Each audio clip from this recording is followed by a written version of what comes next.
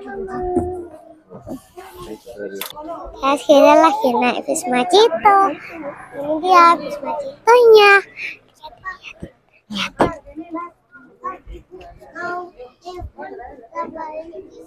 Dan di depan ada Pak Vika selaku driver kita yang akan menemani perjalanan kita untuk berkeliling Kota Malang bersama Wisma Cito. Sebelumnya saya mau tanya nih, ada yang sudah pernah naik Wisma Cito? Belum, berarti baru pertama kali nih semuanya naik Wisma Cito ya? Ya. Nah, jadi kalau naik Wisma Cito itu kita hanya diajak untuk berkeliling Kota Malang aja, tapi kita juga diajak untuk belajar sedikit tentang sejarah yang ada di Kota Malang. Jadi saya harapkan semuanya nggak tertidur nih ya, karena saya banget naik Wisma Cito mengantuk atau tertidur. Ini adalah Mall Ramayana atau Mall Pelayanan Publik. Jadi dulu sebelum Mall Ramayana, dulunya di sini itu adalah penjara wanita yang sekarang beralih jadi Mall Ramayana atau Mall Pelayanan Publik. Jadi buat warga Malang yang ingin ngurus surat-surat kayak KTP, SIM, BPJS atau mau bayar pajak bisa di lantai 3-nya Mall Ramayana. Selanjutnya di sebelah kiri kita ini adalah alun-alun Kota Malang. Mungkin ada yang belum pernah ke alun-alun Kota Malang? Ada yang belum? Ada yang belum? Yang depan belum ya?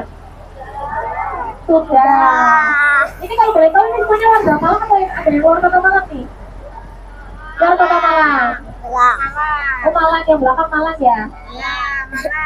Iya, jadi alun-alun Kota Malang ini sudah difasilitasi, ada air mancurnya, ada tempat baru duduk santai, dan juga ada taman bermain yang bukan dikasih. Kemudian kalau di sebelah kiri kita, di sebelah kanan kita ini adalah Mall Sarina.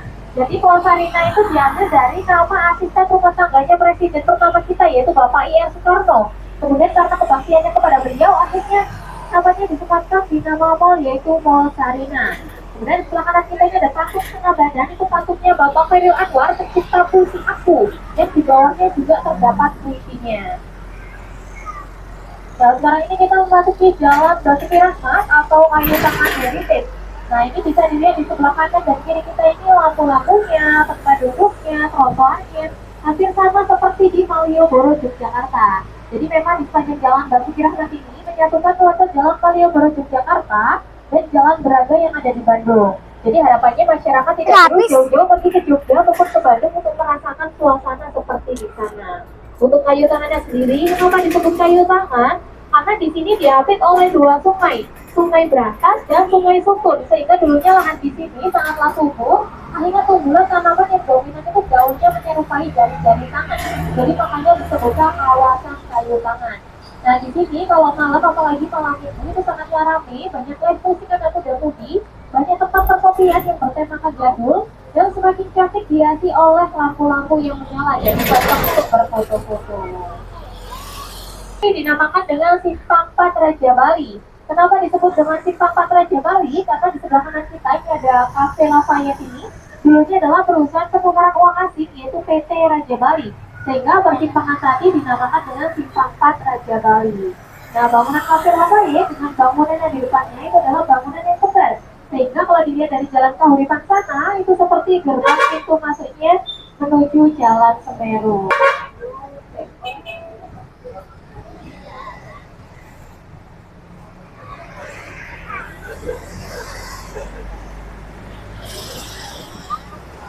Nah, sekarang ini kita memasuki jalan pergunungan yang dimiliki oleh nama gunung yang ada di Pulau Jawa. Jadi ada Jalan Semeru, ada Jalan Arjuna, Bromo, Ijen, Kawi, Telut, Galunggung, Tangkuban Perahu, dan lain sebagainya.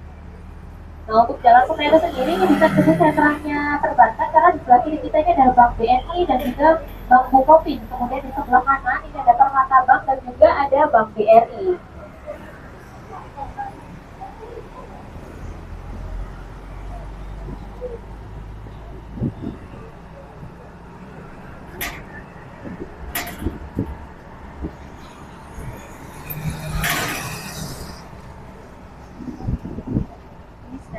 Nah, selanjutnya bisa dilihat di sebelah kanan ini ada monumen TGP atau patung TGP.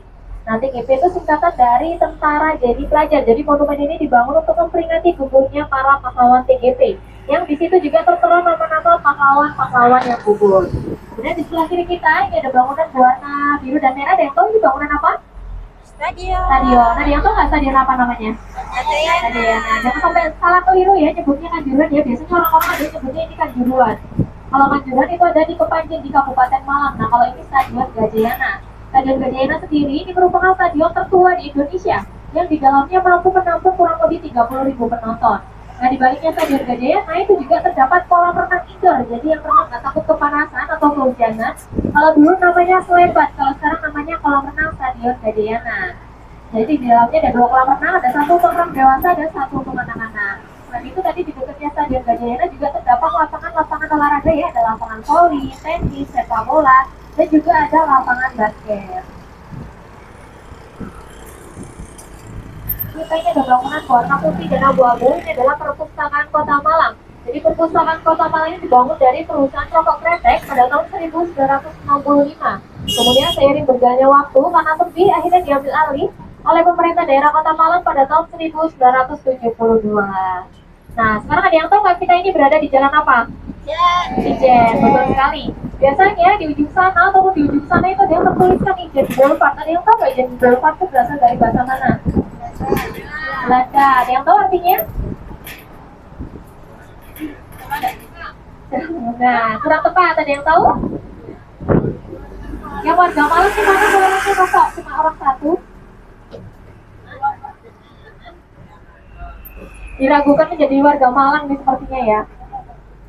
Nah, jadi Ijen Boulevard itu berasal dari bahasa Belanda yang artinya jalan besar Ijen atau jalan kembar Ijen. Nah, jadi dulu di sini tuh dibangun oleh arsitek ternama Belanda yang bernama Thomas Carsten, dibangun sebagai kawasan elit. Jadi dulu di sini itu adalah perumahan elitnya orang-orang Belanda yang sekarang menjadi perumahan elitnya para pejabat di Kota Malang. Jadi kebanyakan di sini bukan rumah pribadi, melainkan rumah dinas. Ada rumah dinasnya Bapak Kapolres Malang, Pembeli Kota Tugu, Pembeli Betul Group, Jasa Tirta, Bapak Wali Kota Malang, dan lain sebagainya. Selanjutnya bisa dilihat di sebelah kiri kita ini ada bangunan berwarna hijau. Ini adalah Museum Brawijaya. Kakak pernah ke situ ya, Mak?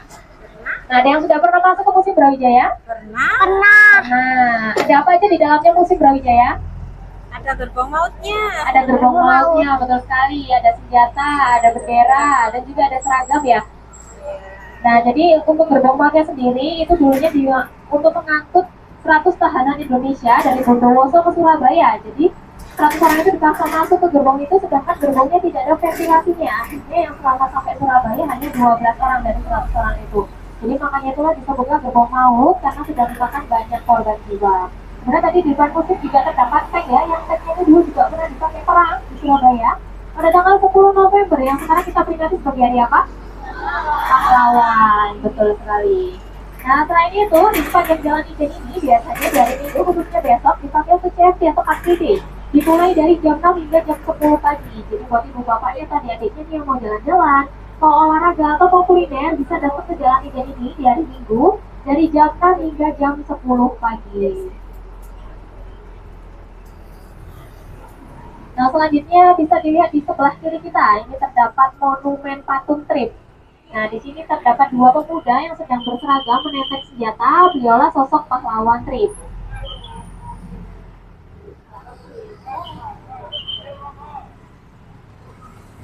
Nah, jadi Trip itu bukan berasal dari bahasa Inggris ya, melainkan singkatan dari Tentara Republik Indonesia Pelajar.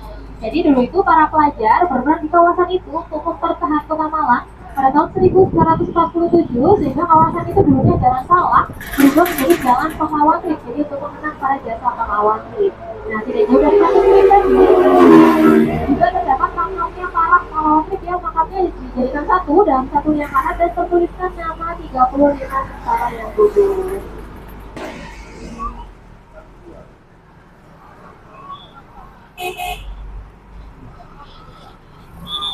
Nah, sekarang kita tiba di Jalan Simpang Balapan. Nah, jadi kenapa di sini disebut Jalan Simpang Balapan?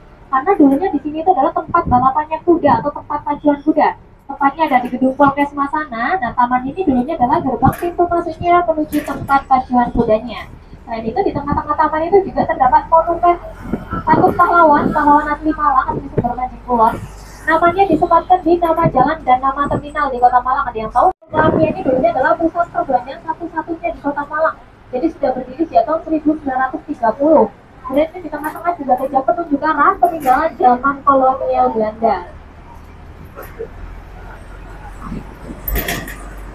Kemudian di sini juga ada tempat kuliner yang legendaris. Di sebelah kanan kita ini ada pagar kuning dan hijau, ini adalah warung sate gebuk.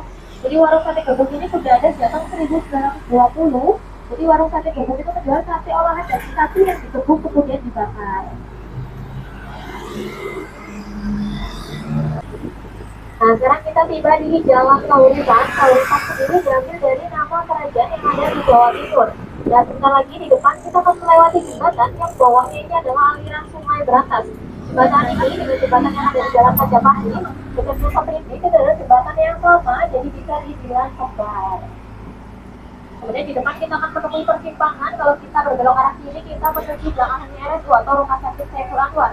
Kalau kita berbelok arah kanan, kita menuju Jalan Brawijaya. Nah, di situ terdapat pasar Seprindik ya, atau pasar burung. Jadi kenapa disebut Seprindik? Karena dekat dengan hotel Seprindik Inn. Jadi makanya terkenalnya pasar Seprindik. Kemudian di sebelah kanan kita ini ada Kodim 0833. Ini merupakan markas TNI yang ada di Kota Malang. Kemudian di sebelahnya juga terdapat koramilnya.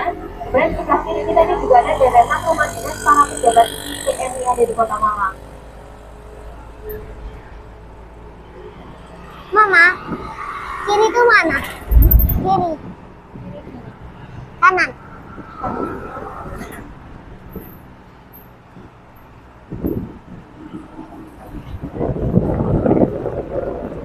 Nah, selanjutnya bisa dilihat di sebelah kanan kita ini adalah alun-alun Tugu atau alun-alun Bunda. Jadi Malang ini punya dua alun-alun ya. Yang tadi adalah alun-alun Kota Malang, yang ini adalah alun-alun Tugu atau alun-alun Bunda.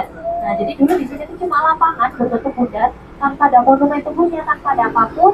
Kemudian 1 tahun setelah kemerdekaan barulah dibangun sebuah tugu yang diresmikan oleh Presiden pertama kita, yaitu Bapak I.R. Soekarno pada tahun 1953. Tugu ini berbentuk seperti bambu runcing yang menjadi simbol sejarah bangsa Indonesia. Tugu ini juga dikelilingi oleh bunga teratai yang berwarna merah dan putih seperti bendera bangsa Indonesia. Kemudian beralih ke sebelah kiri, ini ada Balai Kota Malang atau kantor wali kota. Jadi dulu sebelum dibangun Balai Kota Malang ini dilakukan sayembara. Konsep Balai Kota Malang ini punya dua konsep.